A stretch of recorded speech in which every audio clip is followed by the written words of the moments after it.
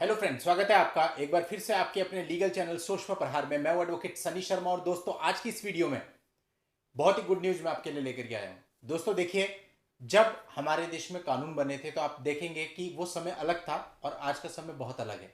यानी समाज में चेंज आ गया, एनवायरमेंट में चेंज आ गया, लोगों की थिंकिंग में चेंज आ गया, क्राइम के नेचर में चेंज आ गया। अभी भी हम पुराने लॉ को फॉलो करते हैं क्योंकि हमारी जो कानून व्यवस्था है वो काफी पहले डिजाइन की गई थी। अब इसकी वजह से क्या होता है कि न्याय मिलने में देरी हो जाती है। कई बार ऐसा होता है कि कुछ चीजें आज के समय में जो घटित होती हैं उसके अकॉर्डिंग कानून नहीं है, तो चीजें गलत हो जाती है। अब जैसे कि हम इस चैनल पर मैक्सिमम बात करते हैं मैट्रिमोनियल विवादों की और क्रिमिनल केसेस की। अब दोस्तों, ये जो मैट्रिमोनियल कानून बने थे जैसे 498 ए आपका हो गया या बाकी के जो कानून है वो इसलिए बने थे कि महिलाओं के साथ पहले के समय में बहुत ज्यादा अन्याय होता था। महिलाएं इतनी पढ़ी लिखी भी कई बार नहीं होती थी और उनको बहुत कुछ झेलना पड़ता था। इसलिए ये सारे कानून एक एक करके उनके फेवर में बनाए गए ताकि उनको राहत मिले, उनको ऐसी प्रताड़ना ना हो। लेकिन धीरे धीरे ऐसा हुआ कि समाज में कुछ लोगों ने इसका गलत तरीके से उपयोग करना शुरू कर दिया। इन कानूनों के आधार पर सामने वाली पार्टी को हैरेस किया जाने लगा और आज के समय में स्थिति क्या है वो आप सब लोगों के सामने है।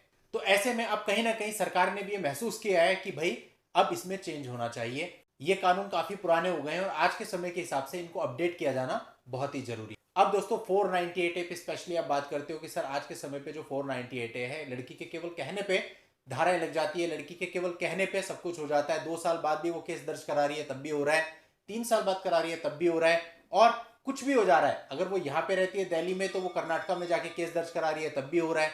मतलब किसी भी प्रकार के कानून को फॉलो नहीं किया जा रहा है। कई बार उन धाराओं में भी लड़के की गिरफ्तारी हो रही है जहां पर गिरफ्तारी की आवश्यकता नहीं है।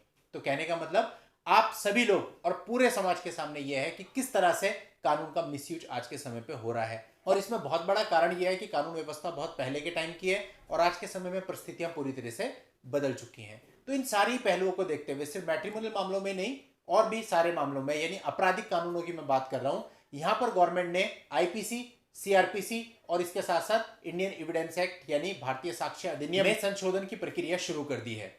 केंद्र सरकार ने राज्यसभा को 23 मार्च 2022 को यह जानकारी दी है। और दोस्तों, चूंकि ये कोई छोटा काम तो है नहीं, बहुत बड़ा काम है कि इतने समय पुरानी कानूनी व्यवस्था में एक व्यापक संशोधन करना, बड़े लेवल पे जाकर के संशोधन करना। क्योंकि यहाँ सुझाव ये दिए गए थे कि भाई छोटे छोटे संशोधन हम करते हैं वो कारगर नहीं है, बल्कि एक बारी एज अ होल इसमें जो है संशोधन यानी अमेंडमेंट होना चाहिए। अब दोस्तों, इसके लिए सरकार ने विभिन्न राज्यों की बार काउंसिल ऑफ इंडिया, विभिन्न विश्वविद्यालय, विभिन्न कानूनी संस्थान और सभी सांसदों, राज्यपालों, उपराज्यपालों, चीफ मिनिस्टर्स, भारत के मुख्य न्यायाधीश और हाईकोर्ट के भिन्न भिन्न हाईकोर्ट के जो जजेज हैं उनसे सुझाव मांगे हैं।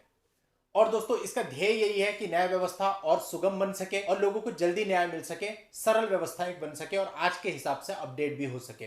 तो इस पर प्रक्रिया शुरू कर दी गई है। देखते हैं कि कब तक ये कार्य पूरा होता है, कब तक हम सबको इसका लाभ मिलेगा।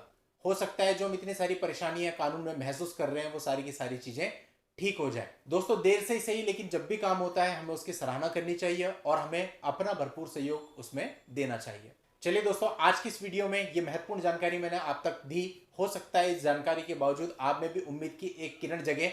जिन लोगों के पास आज के समय पे कोई ऑप्शन नहीं बचा है और उनके ऊपर जो केस चल रहे हैं उनके अकॉर्डिंग वो सारे के सारे निराधार हैं, जिनका कोई आधार नहीं था, फॉल्स केसेज हैं, लेकिन ऑप्शन कुछ नहीं है। हो सकता है कानूनों में संशोधन करने के बाद आप लोगों को भी इसमें राहत मिल जाए, अपने अपने मामलों में राहत मिल जाए। चलिए दोस्तों, आज की इस वीडियो में इतना ही।